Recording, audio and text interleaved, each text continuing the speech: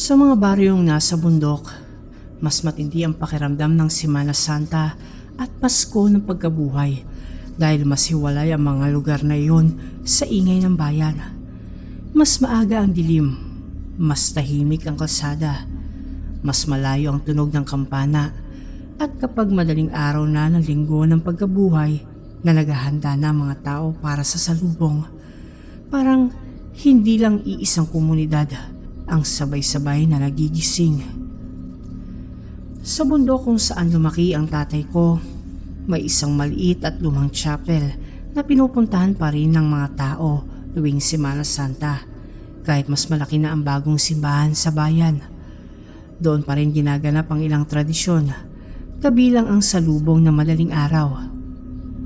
Kahit simple lang ang chapel, may kakaibang halaga iyon sa mga tao dahil maraming henerasyon na ang nagsindi ng kandila roon, nagdasal, nagluksa at nagsaya sa isang maliit na espasyong gawa sa kahoy at lumang bato.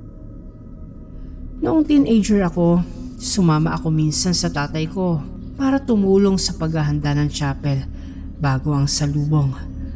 Kailangan ng dagdag na kamay para sa pag-aayos ng mga kandila, upuan at maliit na karosa para sa imahe ni Maria. Hindi naman ako masyadong relihiyoso, pero gusto ko yung pakiramdam ng malamig na hangin sa bundok at ang simpleng pagkakaisa ng mga tao roon. Madaling araw na halos nang makarating kami sa chapel. Ang ibang matatanda ay naroon na, tahimik na abala sa mga gawain. May mga babaeng nag-aayos ng puting tela. May mga lalaking nagsisindi ng ilang kandila. May batang sakristan na lutang pa ang mukha dahil sa antok. Lahat ay mukhang kalmado. Ngunit may isang kakaibang pag-iingat sa galaw ng pinakamatandang tagapag-alaga ng chapel. Siya ang may hawak ng susi sa lumang aparador sa gilid. Siya rin ang naglalabas ng ilang gamit na ginagamit lang tuwing salubong. Habang naghahanap ako ng ekstrang kandila at tali, napansin kong naiwan niyang bahagyang bukas ang aparador. Sa loob, may lumang libro na nakapatong sa ibabaw ng isang kahon ng panyo at rosaryo. Makapal ito, maalikabok at nakabalot sa kupas ng tela. Noong una, inisip kong attendance book o lumang talaan lang iyon ng mga nag-aabot sa chapel. Ngunit dahil likas nga ang kuryosidad ko, hinila ko ito palabas at pinuklat. Sa mga unang pahina, normal lang ang nakasulat. Mga pangalan ng pamilyang kilala sa baryo, mga taon, mga petsa ng salubong, mga simpleng marka sa tabi ng ilang pangalan. Ngunit habang tumatagal ang pagbuklat ko, may napansin akong kakaiba sa ilan sa mga markang iyon. Hindi ito check, hindi rin mukhang simpleng cross o pirma. Mas kahawig ito ng manipis na guhit na tila kinayod sa papel gamit ang bato o matulis na buto. May kaba akong naramdaman noon, ngunit hindi sapat para ibalik agad ang libro. Sa halip, lalo kong binilisan ang pagbuklat sa pag-asang may lohikal lang na paliwanag sa huli. Pagdating ko sa pinakahuling pahina, may bagong listahan ng mga pangalan. Mas kaunti ito kaysa sa ibang taon. At nandoon ang pangalan ng kapatid ko. Buhay siya noon, malusog. Nasa bahay pa nga at tulog dahil hindi siya isinama ng nanay ko sa maagang pag-akyat sa bundok. Wala namang dahilan para mapabilang siya sa kung anong talaan ng salubong sa chapel. Doon ako napatingin sa matandang taga-alaga. Sa mismong oras na iyon, napansin niya akong hawak ang libro. Namutla siya sa paraang hindi ko malilimutan. Dali-dali niya iyong inagos sa akin at ibinalik sa aparador. Sa kanya isinara ng madiin ang kahoy na pinto na para bang huli na ang lahat. Hindi niya ako pinagalitan ng malakas at iyon ang mas nakakatakot. Tahimik lang siyang tumingin sa akin ng matagal. Saka ako pinabalik sa pag-aayos ng kandila na parabang ayaw niyang magtanong ako ng kahit ano. Natapos ang salubong ng maayos kinabukasan ng madaling araw. Nandoon ang mga tao. Ang puting belo ni Maria ay naalis sa tamang oras at nagsaya ang mga matatanda sa simpleng almusal pagkatapos ng ritual. Ngunit buong araw ay may bigat sa aking dibdib dahil sa librong nabasa ko at sa pangalan ng kapatid ko sa huling pahina. Pag-uwi namin, nalaman naming hindi nagising ang kapatid ko. Noong una, akala namin simpleng sobrang antok lang. Mahilig din kasi siya magpuyat sa mga araw ng bakasyon. Ngunit nang halos magtanghali na at hindi pa rin siya nagigising kahit gaano kalakas ang yugyug at tawag ng nanay ko, nagsimula na magpanik ang buong bahay. Dinala siya sa health center.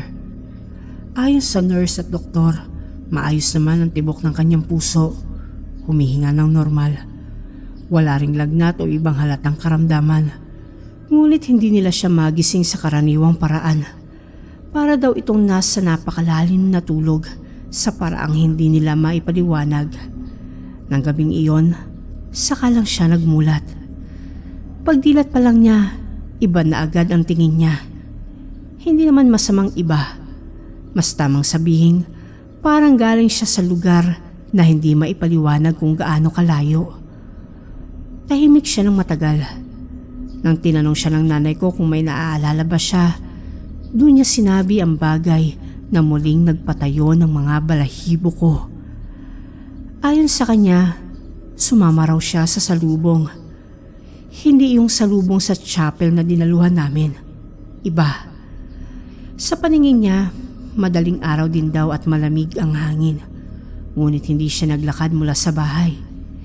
Nagmulat na lang daw siya na may hawak na siyang kandila at umaakyat sa daan papunta sa bundok kasama ang maraming taong nakaputi. Wala raw nagsasalita. Lahat tahimik.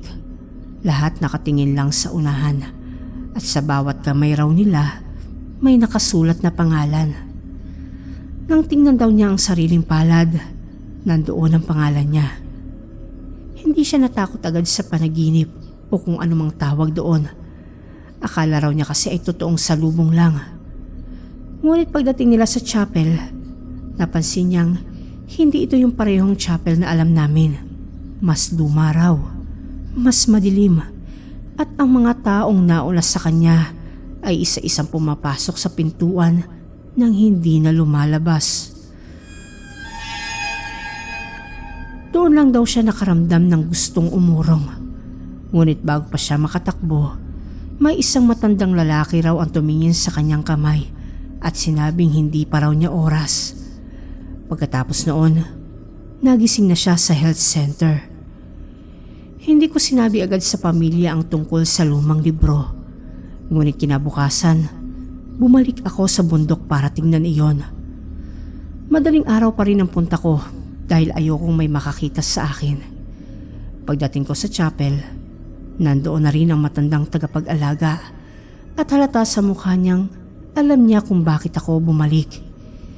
Hindi niya ako pinigilan ng lapitan ko ang aparador. Naroon pa rin ang libro. Binuksan ko agad sa huling pahina. Wala na ang pangalan ng kapatid ko. Ang nasa parehong pwesto na ngayon ay ang pangalan ko. Hindi ko agad naramdaman ng takot. Salip, parang may kung anong bahagi ng isip ko ang tuluyang naging malamig. Tila may bagay na matagal ng totoo at ngayon lang malinaw na nasilip. Doon lang nagsalita ng buo ang matandang tagapag-alaga. Ayon sa kanya, hindi iyon ordinaryong attendance book. Lumang talaan daw iyon ng mga taong dumaan sa salubong ng bundok. Hindi lahat ng pangalan roon ay para sa mga totoong umaakyat na buhay at gising. May ilan daw na nalalagay roon nang hindi nila nalalaman. Mga taong ang katawan ay tulog pa, ngunit ang kaluluwa ay napapagaya sa salubong ng mga hindi pa sigurado kung gising na ba ang liwanag para sa kanila. Minsan daw, nababawi pa ang pangalan, ngunit may kapalit. Hindi raw dapat binubuklat ng mausisa ang mga huling pahina dahil ang mata ng buhay ang minsang naglilipat ng susunod na pangalan. Mula noon, Hindi na ako umakyat sa chapel na iyon tuwing Easter Sunday. Ngunit ilang beses sa buhay ko, lalo na kapag sobrang pagod o puyat tuwing Semana Santa, na nananaginip akong umaakyat sa bundok na may hawak na kandila. Sa magkabilang gilid ng daan ay puro puting tela at anino ng mga taong hindi ko makita ang mga mukha. At sa tuwing magigising ako, unang tinitignan ko ay ang palad ko. Takot akong baka isang araw may makitang sulat doon na hindi ko na maikakaila.